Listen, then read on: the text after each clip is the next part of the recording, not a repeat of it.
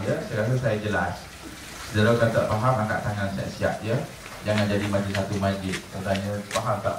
Senyap, faham, senyap, faham, senyap. Ada soalan tak ada? Akhir saya angkat tangan. Ustaz, sini semua faham belakang Ustaz. Oh, takbir. Tapi tak cakap tanya, tak ada soalan. Tapi kalau kata belakang kita banyak benda komplain. Kadang-kadang 10 kali tanya tak ada soalan lagi. Nah, ni dia. Pasal apa? Pasalnya tipu saja. Bila berdepan dengan sebenar, tak berani. Itu dia.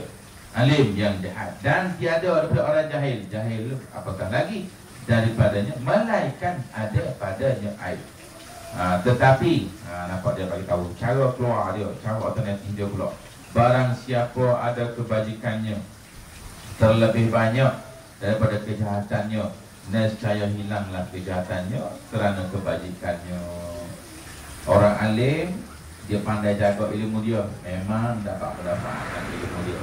Kalau orang jahil, dia tahu dia jahil, cuba cari jalan mengaji, memang dia baik.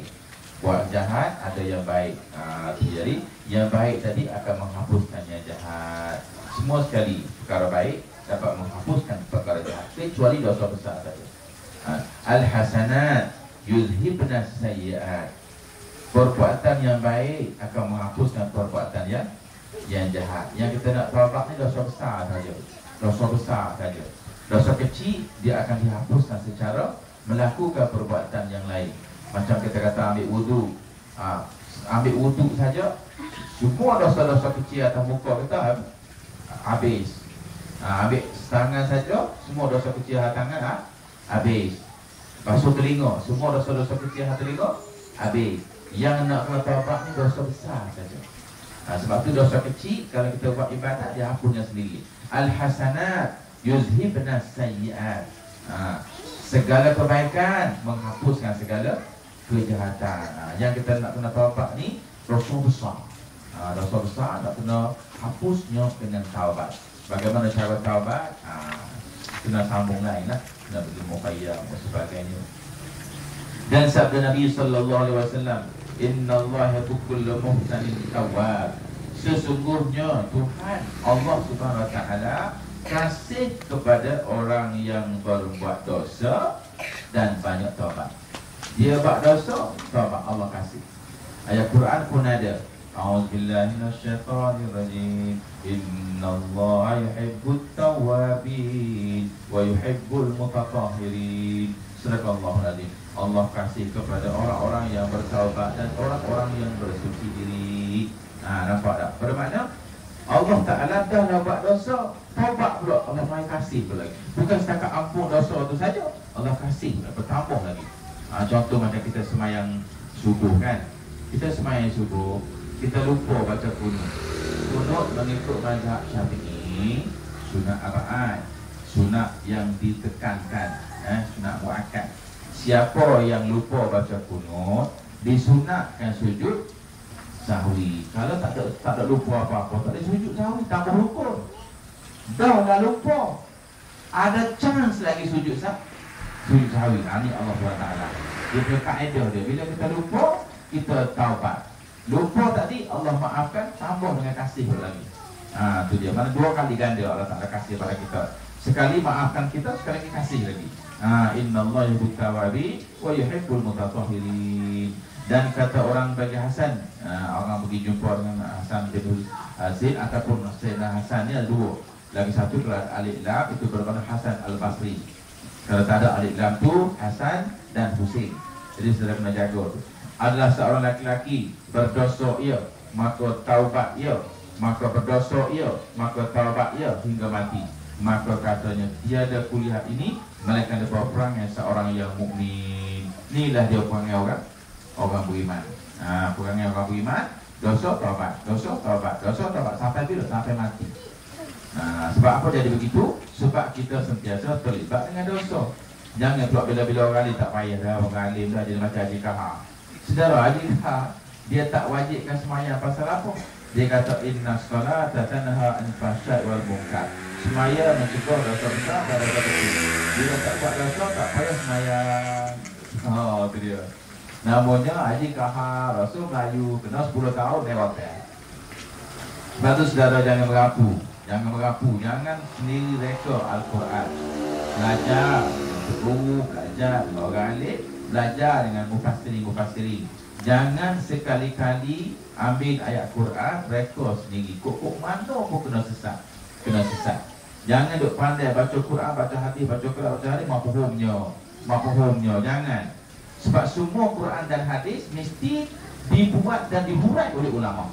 Kalau Al-Quran kita panggil tafsir, kalau hadis kita panggil muhaddisi. Mesti dihuraikan oleh muhaddisi. Ambil apa huraian Bukhari, apa huraian Tirmizi, apa huraian Abu Daud, apa huraian Nasa'i, macam tu.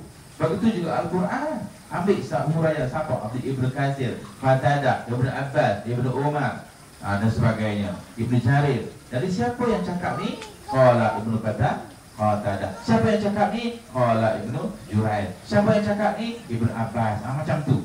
Siapa yang cakap ni? Saya agak-agak. Tu syaitan. Man fasqal Quran bi ra'yihi falyatabawwa maq'adahu minan nar. Siapa yang tafsir Quran ikut fikiran dia, maka siap sedia tempat tinggalnya dalam neraka.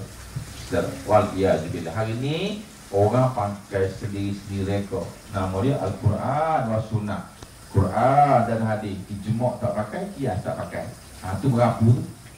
Saudara, tu minum air ludah kecup. Saudara, minum air ludah ni tak cerita pasal hukum lah. Saudara berbuah air dia dan telah minum segelas, tak salah. Kenyam itu tak apa, dia bukan haram, dia bukan agak. Dia cerita kecup. Siapa kau masuk tulis artikel pasal apa? Andai kata benar ada orang minum air dia, saudara, dia ada mutah lah, tak ada masalah. Mak tak boleh minum yang agak. Air loket, takut kena gastrik, takut kena apa? Kebialu, takut kena apa? Denggi. Tapi sebab berasa-berasanya dia minum lah, pakat ramah-ramah minum, tak masalah. Dia bukan agak. Saudara, kalau boleh posok boleh minum, pakai sini. Tapi jangan ludah-ludah minum, tak boleh dah. Sedia dia bertukar menjadi khobais. Ini minum air dia, masuk sakwa, bercakwa, hangit letung bercakwa. La haula wala. Orang minum agak tak asyik nak gaya-gaya you pula. Dadah ada agak, ada banyak lagi benda lain yang bagus, yang boleh dibahaskan. Nak cerita aku ni alim, dia cerita. Akhir sekali jahil siasat tak ada. Jahil siasat tak ada. Ini masalah. Dia tak kebom. Jangan reka cerita pasal hukum. Macam saya selalu bagi tahu dah, hukum ni adalah, makna hukum ni ialah isbatu amrin au nyabi. Saya selalu cakap dah pasal hukum ni supaya kita jelas, saudara. Bila sebut hukum ialah maknal hukmi, al-hukmu. Hukum ni ialah isbatu amrin au nafihi. Ini hukum, makna hukum. Menetapkan suatu perkara atau menafikan suatu perkara, itu baru hukum. Maknanya hukum, kalau matematik kan dia bagi hukum kan. 2 campur 2, hukum dia berapa? Hukum dia 4. Tu hukum kan ketetapan. Hukum batu tenggelam, hukum sabut timbul. Itulah hukum. Hukum ni bermakna isbatu amrin au nafihi. Yang pertama hukum ialah wajib. Yang kedua sunat. Yang ketiga haram. Yang keempat makruh. Yang kelima harus. Inilah hukum. Gitu. Ini kita tak, hukum ni ialah benda Nabi tak buat. Saudara, Nabi buat dengan Nabi tak buat, itu bukan hukum, itu peristiwa. Katakanlah Nabi kahwin 9, maka apakah kita boleh kahwin 9? Berapa ramai dengan kita kahwin 9? Nak 2 perang dunia setengah mati. Hari ni baru pergi cerita Muno Zainab kat rumah dia ambil pungah balik dah. Saudara, ini kita ni nak 9. Oh, jauh bumi dengan langit dah. Saudara, Nabi naik ke langit, ada kata wajib naik ke langit? Ada kita dengan kita naik ke langit? Ini tak Nabi tak buat, Nabi buat. Hukum ni ialah isbatu amrin au yabi. Inna Allaha farada mawa'ida fala tudayi'uha. Mampus itu. Wa hadda hududa fala ta'taduha. Mampus itu. Wa harrama asya'a fala tantahikuha. Mampus itu. Wa sakata an asya'a rahmatan lakum bi ghairi nisyan fala tabhatu an